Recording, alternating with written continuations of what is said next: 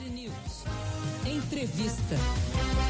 Já está na linha para conversar com a gente o professor da Faculdade Brasileira de Tributação, o Jairo Procyanói, para falar um pouco sobre o que significa efetivamente essa retirada, esse rebaixamento do grau de investimento do Brasil pela Standard & Poor's, que é uma das principais agências de classificação mundial. Professor, muito obrigado pela participação aqui no programa. Uma boa tarde.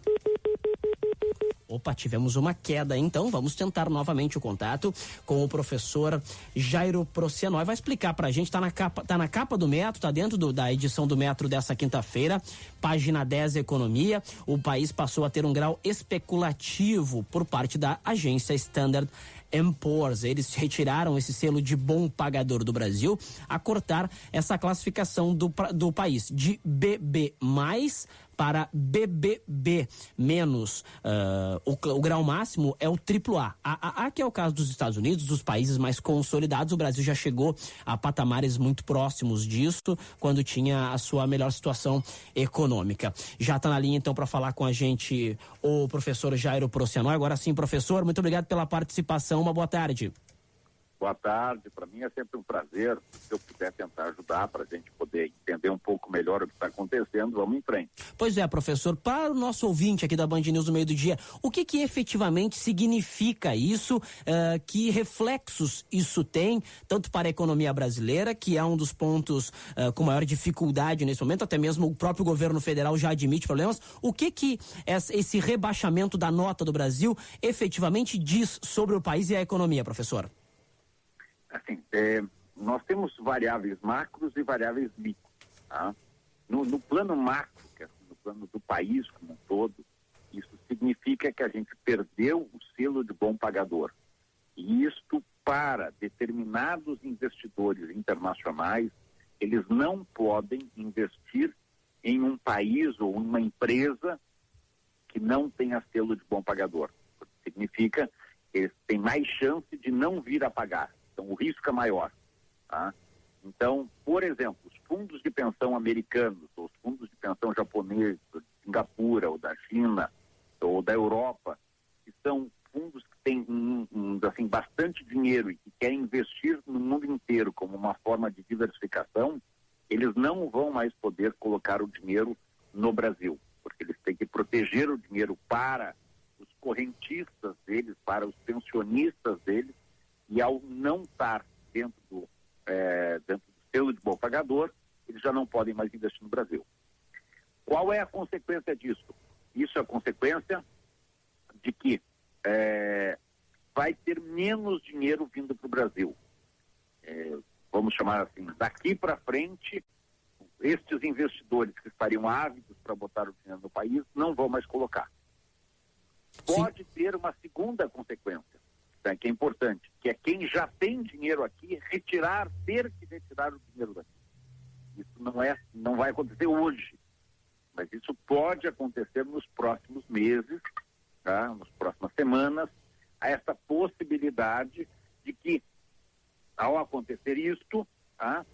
Nós não tenhamos mais essa possibilidade dessas pessoas que estão com dinheiro aqui mantenham o dinheiro no país. Tá certo? Sim. Agora, professor, o que leva uma agência de classificação, que variáveis são essas? Algumas delas, né? A gente sabe que é bastante complexo esse processo, mas quais são essas variáveis analisadas? O que se leva em conta na hora de fazer essa avaliação de um país, se ele efetivamente cumpre com o que acaba fazendo, se ele pode manter o tal selo de bom pagador, professor? Vamos dizer assim, numa tentativa de explicar isso de uma maneira bastante simples, imagina a tua casa. Uhum. A tua casa tem mais gastos do que entradas. Ou seja, tem o teu salário, os teus rendimentos são inferiores ao que tu gasta. Isso significa que hoje tu até pode estar bem, mas em algum espaço de hoje para frente vai te faltar dinheiro, porque a entrada é menor do que a saída, tá certo? Uhum. Isto significa que daqui para frente, tu cada dia que passar a manter essa situação, tu vai ter mais dificuldade de achar o equilíbrio. Sim.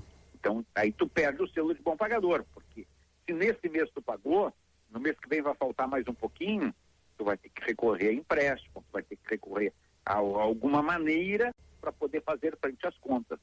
Olhando no horizonte de 6 meses, 1 ano, tu vai ter dificuldade na tua casa. Vai faltar dinheiro. Uhum.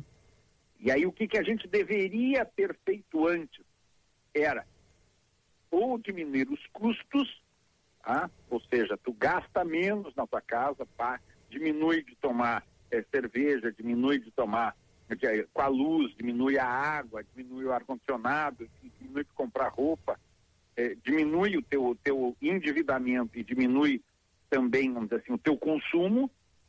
Ou a outra possibilidade é tu aumentar a tua receita, ou seja, tu ir trabalhar mais, tu buscar mais rendimento. No caso do governo, tu tem a máquina do governo, ela é muito cara, assim, é muito caro todos os meses, e por outro lado a receita, que são as vendas e os impostos que o governo tem, não são suficientes para cobrir. Bom, Deveria-se fazer as duas coisas, no caso do governo, diminuir o tamanho da máquina e aumentar a receita. Por enquanto, nós não estamos fazendo nenhuma das duas. Essa é a grande discussão que o governo enfrenta, acredito, nesse momento, o que se fala em Brasília, e nós ouvimos muito, principalmente do ministro Nelson Barbosa, do Planejamento, ele falando da necessidade do aumento de receitas, e isso acabaria acontecendo via aumento de impostos, que é efetivamente o que normalmente ninguém quer, né, professora? Que é um debate que se tem até no Rio Grande do Sul, atualmente, frente à crise financeira. E as saídas aparentemente são essas, é o corte de gastos e o aumento de receitas. O aumento de receitas, aparentemente, que os políticos conhecem apenas através do aumento de impostos, né, professor? Agora sim, o que o Nelson Barbosa está falando é uma parte da história, que Sim.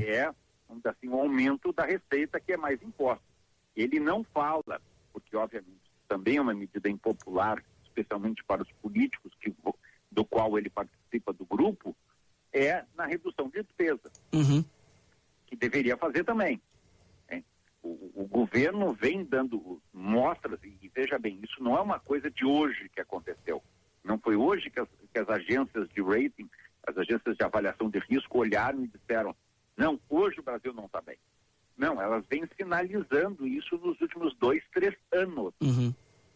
E o governo não vem ouvindo. Vem contando uma história de que está tudo bem. Até que um dia, assim, o credor, o avaliador diz, não, espera um pouquinho, não está tudo bem, nós temos um problema, vocês não estão tomando atitude nenhuma para resolver, seja de um lado, seja de outro. Vocês têm que resolver, senão vocês vão receber selo de mal pagador. E é isso que está acontecendo. Claro. O mesmo problema que acontece no governo federal, é o mesmo problema que nós temos aqui no Estado. A crise do Estado não é uma crise de hoje. A crise do Estado é uma crise de muitos anos, em que tivemos governos que fizeram alguma coisa para melhorar e tivemos governos que simplesmente fecharam os olhos e não fizeram nada. Agora, professor, o quanto pesa, por exemplo, a gente já sabe que a Standard Poor's citou entre um dos fatos a apresentação de uma proposta orçamentária enviada pelo governo com um déficit primário da casa de 30 bilhões de reais. E a gente sabe nesse momento da queda de braço que vive, por exemplo, o ministro Joaquim Levy dentro do governo, que queria outros números, principalmente nesse ponto. O quanto isso pesa para uma agência para fazer uma avaliação quando o próprio governo admite que durante o próximo ano, já vai ter que, já vai largar devendo quase 30 bilhões de reais, ou essa é a previsão? Veja bem, na hora que o devedor admite que vai ter dificuldade, claro, eu como credor tenho que dizer, ou tu arruma a casa ou eu paro de emprestar dinheiro. Isso é automático, né? Isso é automático, né, professor? Claro. Eles fizeram uma tentativa de, com isso, mexer com o Congresso, mover o Congresso para o Congresso ter mais vontade de aumentar o imposto. Mas isso tem uma consequência clara. O credor, que não é o Congresso, olha e diz, olha, o Congresso não está ajudando a aumentar a receita, vocês não estão diminuindo a despesa, o que eu enxergo para frente está mal. E isso vai dar problema. Eu, como credor, tenho que me proteger, obviamente. Claro.